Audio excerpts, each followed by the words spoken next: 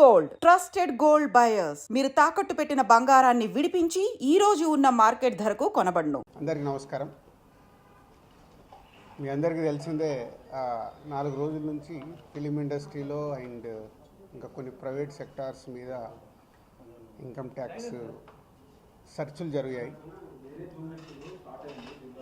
So ఈ సెర్చుల విచిత్రం ఏంటంటే మీడియా వాళ్ళందరూ ఛానల్స్లో కానీ సోషల్ మీడియాలో కానీ నేను సెలబ్రిటీని కాబట్టి ఎన్నో సెర్చ్లు జరుగుతున్నా సో నా న్యూసే మీకు క్యూరియాసిటీ ఉంది కాబట్టి మీడియాకి కానీ మీ మీడియా ద్వారా సొసైటీకి కానీ సో దానికి మీరు ఎంత ఫోకస్ చేస్తున్నారో 4 రోజుల నుంచి మీడియా ద్వారా చూస్తూనే ఉన్నాం. సో అందుకే మీ క్యూరియాసిటీకి దీనికి 4 రోజుల నుంచి ఏమి జరిగింది అనేది చెప్పాల్సిన అవసరం ఉందని మీ అందరినీ పిలవడం జరిగింది. లేకుంటే తెలిసింది తెలియని ఏదేదో న్యూస్లు వేసుకుంటూ 4 రోజుల నుంచి హైలైట్ చేస్తూ ఉన్నారు. ఇన్కమ్ ట్యాక్స్ సెర్చ్ అనేది మాకు 2008లో ఒకసారి జరిగింది. అంటే దాదాపు 16 సంవత్సరాల తర్వాత ఈ సెర్చ్ జరిగింది. మధ్యలో 3 టైమ్స్ సర్వేస్ ఉన్నాయి. సర్వేస్ అంటే అకౌంట్ ఆఫ్ బుక్స్ అనేది చూస్తారు. సో ఈ సెర్చ్ అనేది ప్రాసెస్, వ్యాపారాలు చేస్తున్నప్పుడు ఇన్కమ్ ట్యాక్స్ చేయాల్సిన ప్రాసెస్. అలాగే మా మీద కానీ అదర్ వేరే ప్రొడక్షన్ హౌజెస్ మీద కానీ ఫైనాన్సర్స్ మీద కానీ నిన్న సెర్చెస్ అన్నీ ఉన్నాయి. పోతే మా దగ్గరకు వస్తే మా కుటుంబం మీద ఏదైతే ఆఫీసు ప్లేస్ ఉందో ఆఫీస్ దగ్గర ఈ సెర్చ్లు జరిగాయి. సో మొదటి 3 రోజులు ఎవరిది వాళ్ళకి ఇండివిజువల్గా సెర్చ్ చేసి స్టేట్మెంట్స్ తీసుకుంటారు. అయిన తర్వాత లాస్ట్ డే నిన్న ఆఫీస్లో కన్క్లూడ్ చేస్తారు. సో మా హౌజెస్లో జరిగిందా కానీ ఆఫీస్లో జరిగిన దాంట్లో కానీ చాలా రిపీటెడ్గా వేసిన కొన్ని ఛానల్స్లో కానీ సోషల్ మీడియాలో కానీ ఇంత డబ్బు దొరికింది, ఇంత డాక్యుమెంట్స్ దొరికాయి, అది దొరికింది అనేది కొన్ని హైలైట్ చేశారు. ఎక్కడ కూడా మా దగ్గర డబ్బు కానీ డాక్యుమెంట్స్ కానీ ఐడెంటిఫై కానీ మా దగ్గర నుంచి వాళ్ళు తీసుకున్నది కానీ లేదు.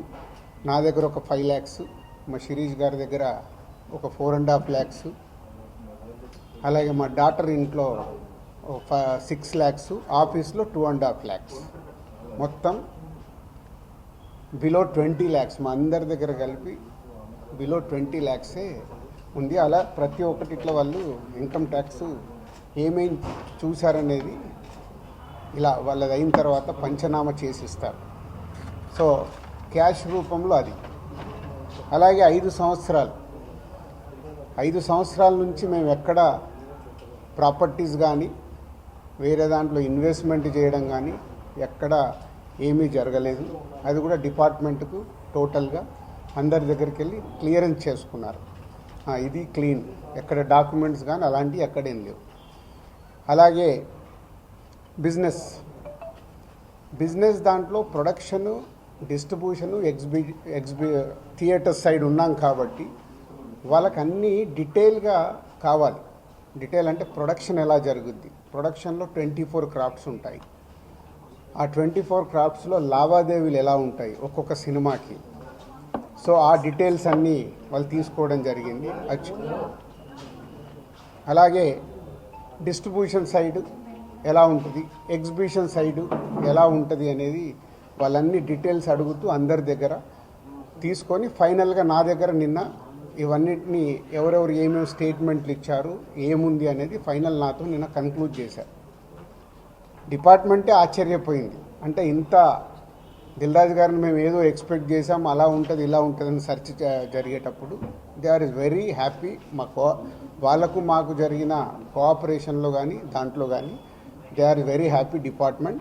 ఫర్దర్గా ఆడిటర్స్ డిపార్ట్మెంట్ ఉన్నదాని మీద వాళ్ళు క్లారిటీ చేసుకుంటారు. అన్ని బుక్స్ ఆఫ్ అకౌంట్స్ కరెక్ట్గా ఉన్నాయా, ఇవేమున్నాయి లాస్ట్ 5 years అని అవన్నీ వాళ్ళు చేసుకొని కన్క్లూడ్ చేస్తారు. ఇదైపోతే మా మదర్ది అమ్మకి 19th రోజు కాఫ్ కోల్డ్ ఎక్కువైంది. 19th అయిన తర్వాత ఇంట్లో వెళ్ళేసి ట్రీట్మెంట్ తీసుకొని వచ్చి ఇంట్లో ఉన్నారు. సడన్గా కాఫ్ ఎక్కువ అవుతే ఇమీడియట్లీ హాస్పిటల్కి పంపించాం. దానికి ఎవరో కొందరు హార్ట్ అటాక్ అని ఇంకేదో అయిందని రకరకాల న్యూస్లు క్యారీ చేస్తారు. She very fine. జస్ట్ 2 రోజులు షీఈ్ 81 ఏజ్. 2 రోజులు హాస్పిటల్లో ఉండి ఇప్పుడు డిశ్చార్జ్ అయ్యి వస్తున్నారు. She's very normal. Lungs infection కొంచెం పెరగడం వల్లే కాఫ్ వచ్చింది. దానికి ట్రీట్మెంట్ తీసుకొని వస్తున్నారు. సో దయచేసి నా మీడియా వారిని 4 రోజులు జరిగింది కానీ ఇది కానీ మీకు తెలిసిందో తెలియందో హైలైట్ చేసుకుంటే వేయకండి. నేను ఎప్పుడు రిక్వెస్ట్ చేస్తుంటాను. అంటే ఇప్పుడు నా మీద మీకు ఎంత క్యూరియాసిటీ ఉంటుందో ఒక సెలబ్రిటీగా, అలాగే చాలామందికి అది ఉంటుంది. తప్పుడు న్యూస్ వెళ్ళినప్పుడు అక్కడ వాళ్ళకి ఇటు మాకు తెలిసిన కుటుంబాలు కానీ ఇష్టపడే వాళ్ళు కానీ తప్పు న్యూస్లు వెళ్తాయి. దయచేసి మళ్ళీ నేను ఎప్పుడు చెప్పేదే మళ్ళీ చెప్తున్నాను, తప్పుడు న్యూస్ని బయటికి తీసుకెళ్ళకండి. Okay, thank you. ఎందుకు చేస్తారయ్యా? ఒక్క నిమిషం. 4వ రోజు నాది కాదు కదా, మైత్రిలో జరిగింది, అభిషేక్ మీద జరిగింది, ఇలా అందరి మీద. ఇది ఇండస్ట్రీకి సంబంధించి ఎందుకు టార్గెట్ చేస్తారు? ఇన్కమ్ ట్యాక్స్ అనేది ప్రాసెస్, ఇదేమో ఇల్లీగల్ కాదు. ఇన్కమ్ ట్యాక్స్ అనేది ప్రతి ఒక్కరికి, మీరు కూడా టీడీఎస్లు కడతారుగా, ఎందుకు కడతారు? అస్సలు తప్పు. ఇవే అంటున్నా, రాంగ్ న్యూస్లు మీ ఇష్టంకి వచ్చినాయి అనేసుకొని వేయడం ఎందుకు? అభిషేక్ అగర్వాల్ కూడా ఉన్నాడుగా, మైత్రి కూడా ఉందిగా, వాళ్ళకు ఉన్నదాని మీద 18 years అయింది. మా మీద సెర్చ్ జరిగి 18 years, ఏమో 2 years కాలేదు, 3 years కాలేదు. అంటే ఆఫ్టర్ 18 years చేసే వాళ్ళు ప్రొసీజర్, ఇన్కమ్ ట్యాక్స్ ప్రొసీజర్లోనే జరిగింది, ఎక్కడ ఏమీ లేదు. అనవసరమైన ఎక్కువ మీరు ఊహించేసుకొని హైలైట్లు చేయరు. ఓకే,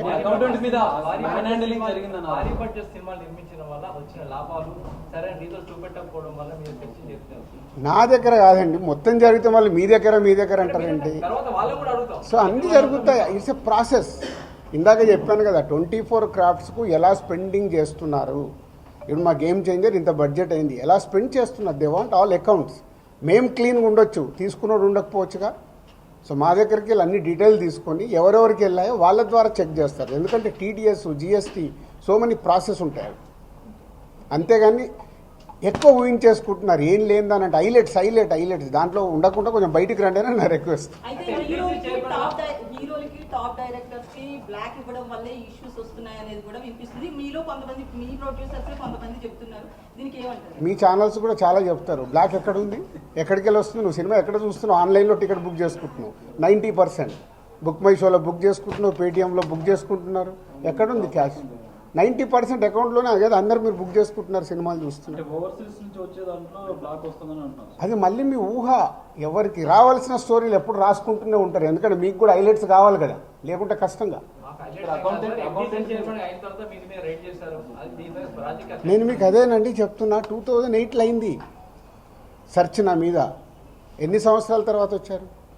1, 2 ఓన్లీ నా మీదే అవుతే మీరు మాట్లాడేది రైట్. ఇండస్ట్రీలో చాలామంది మీద అయింది కదా. సో దీనికి దానికి లింక్ లేదు కదా. అదే అనవసరమైనది ఊహించుకొని లింకులు చేయకండి అనే నా రిక్వెస్ట్. అసలు నేను ఆఫీస్కి వెళ్ళాను, మరి నాకు ఎవరైనా చెప్పాలి.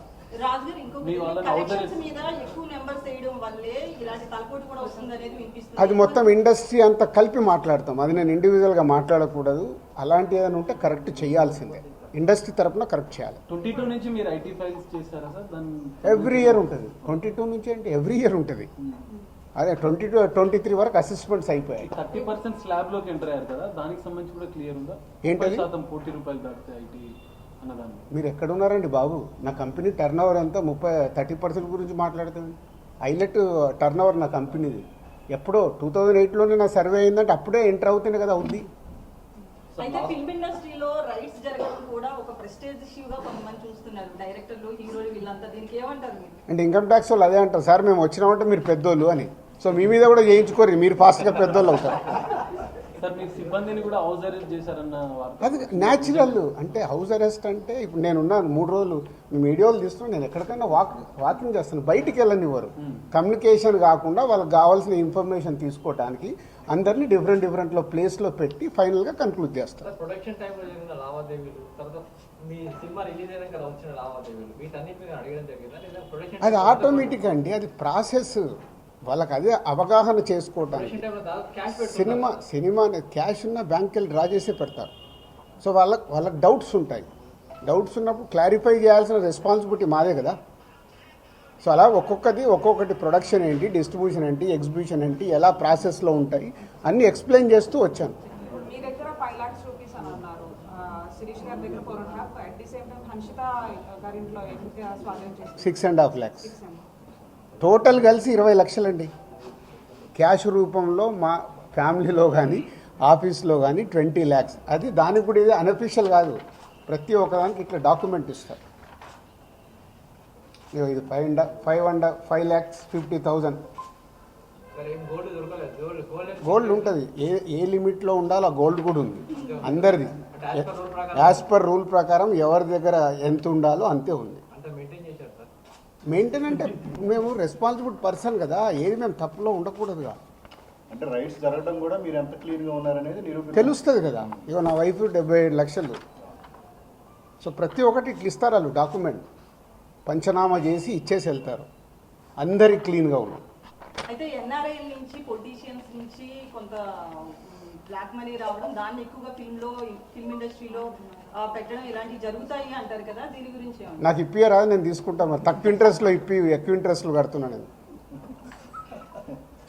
సంక్రాంతికి వస్తున్న సినిమా మీద ఏపీ హైకోర్టులో ఒక పిటిషన్ అవన్నీ జరుగుతూనే ఉంటాయి. ఎంతసేపు నెగిటివ్ పాజిటివ్ మాట్లాడు. అవన్నీ ప్రాసెస్లో జరుగుతుంటాయి. ఎందుకు వేసారు? ఏది ఆగదుగా, ప్రాసెస్ అది జరుగుతుంది. ఫైనల్ ఐటీ వాళ్ళు ఏం చెప్పారు సార్? ఏం చెప్పాలి, అయిపోయింది, మొత్తం తీసుకున్నారు. థర్డ్ రోజు వచ్చి కలవమన్నారు. ఈ లోపల చెక్ చేసుకుంటారు, ఆడిటర్ వెళ్ళి మాట్లాడతారు. థర్డ్ రోజు వెళ్ళి నేను కలుస్తాను. మీరు ఫిల్మ్ ఛాంబర్ ప్రెసిడెంట్గా ఉన్నప్పుడు